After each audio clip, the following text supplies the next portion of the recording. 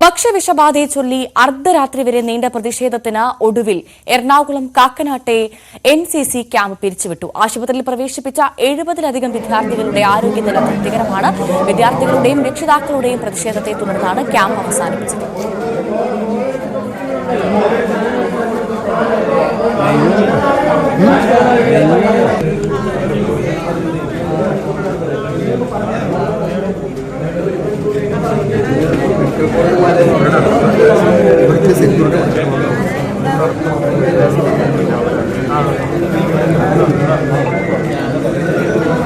ഭക്ഷ്യവിഷബാധയെ തുടർന്ന് അർദ്ധരാത്രി വരെ നീണ്ട പ്രതിഷേധത്തിന് ഒടുവിൽ എറണാകുളം കാക്കനാട്ടെ NCC ക്യാമ്പ് പിരിച്ചുവിട്ടിരിക്കുകയാണ്.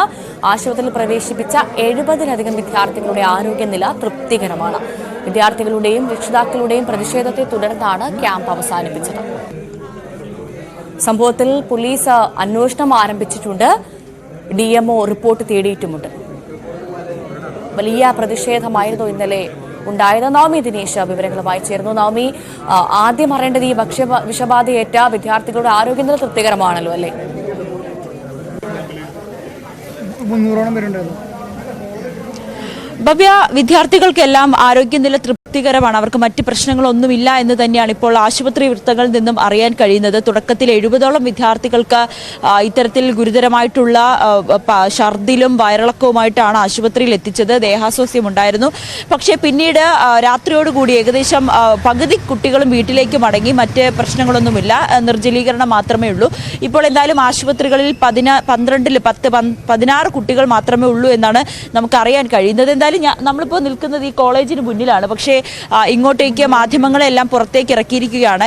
NCCയുടെ ആളുകളൊക്കെ ഇവിടെ എത്തിയിട്ടുണ്ട്. അതുകൊണ്ട് അധികൃതരൊക്കെ ഇവിടെ എത്തിയിട്ടുണ്ട്. അവർ ഇവിടെ നിന്ന് നമ്മളെ പുറത്തേക്ക്, മാധ്യമങ്ങൾക്ക് ഇവിടെ പ്രവേശനമില്ല, അവരെ പുറത്തിറക്കിയിട്ടുണ്ട്. അവർ പറയുന്നത് ഈ ചെറിയൊരു പ്രശ്നത്തെ മാധ്യമങ്ങളാണ് ഇത്ര വലിയ ഒരു സംഭവമാക്കി മാറ്റിയത്, അതുകൊണ്ട് ഇനി പ്രതികരിക്കാൻ താല്പര്യമില്ല എന്നാണ് അവർ പറയുന്നത്. പക്ഷേ ഇക്കാര്യങ്ങൾ ഈ കുട്ടികളുടെ മാതാപിതാക്കൾ തന്നെയാണ് മാധ്യമങ്ങളെ ഇക്കാര്യം വിളിച്ചറിയിക്കുകയും പിന്നീട് നമ്മളിവിടേക്ക് എത്തുകയും ചെയ്തത്. ഇവിടെ കുട്ടികളെ എല്ലാവരെയും തന്നെ ഇന്നലെ രാത്രിയോടുകൂടി ഒഴിപ്പിക്കുന്ന ഒരു സാഹചര്യം ഉണ്ടായിരുന്നു.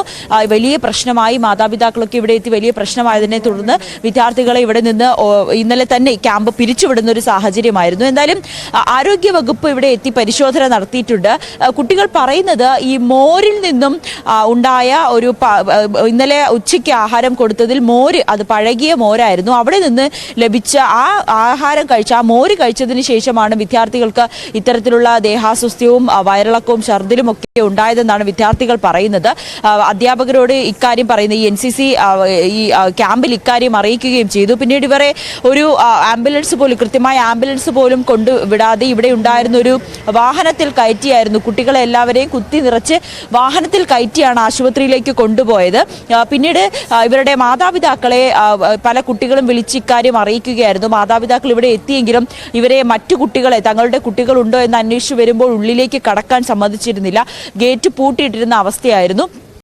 എന്തായാലും പിന്നീട് വലിയ സംഘർഷത്തിലേക്ക് കലാശിക്കുകയും നാട്ടുകാരൊക്കെ ഈ വിഷയത്തിൽ ഇടപെടുകയും ചെയ്തു. പിന്നീടാണ് ഗേറ്റ് തുറന്ന് കുട്ടികളെ കാണാനുള്ള ഒരു അവസരം മാതാപിതാക്കൾക്ക് ഒരുക്കി നൽകിയത്. അപ്പോൾ തന്നെ സംഭവ സമയത്ത് തന്നെ ഉമാ തോമസ് MLA അടക്കമുള്ളവരിവിടെ എത്തുകയും കുട്ടികളെ, ഇവിടെ ബാക്കിയുള്ള കുട്ടികളെ ഒരു നിരീക്ഷണത്തിൽ വെക്കണം, നിരീക്ഷണത്തിന് ശേഷം മാത്രമായിരിക്കും രാവിലെയോടുകൂടി നിങ്ങൾക്ക് കൂട്ടിക്കൊണ്ടു പോകാമെന്നൊരു നിർദ്ദേശം നൽകുകയും ചെയ്തു. ഇതിനെ തുടർന്നാണ് രാവിലെയോടുകൂടി തന്നെ കുട്ടികൾ എല്ലാവരും പോയിട്ടുണ്ട്. ഏകദേശം 500-ലധികം കുട്ടികൾ ഉണ്ടായ പങ്കെടുത്ത ഒരു NCC ക്യാമ്പാണ്. അതിൽ 10 ദിവസത്തെ ക്യാമ്പാണ്. 29-ാം തീയതിയാണ് ഈ ക്യാമ്പ് അവസാനിക്കേണ്ടത്.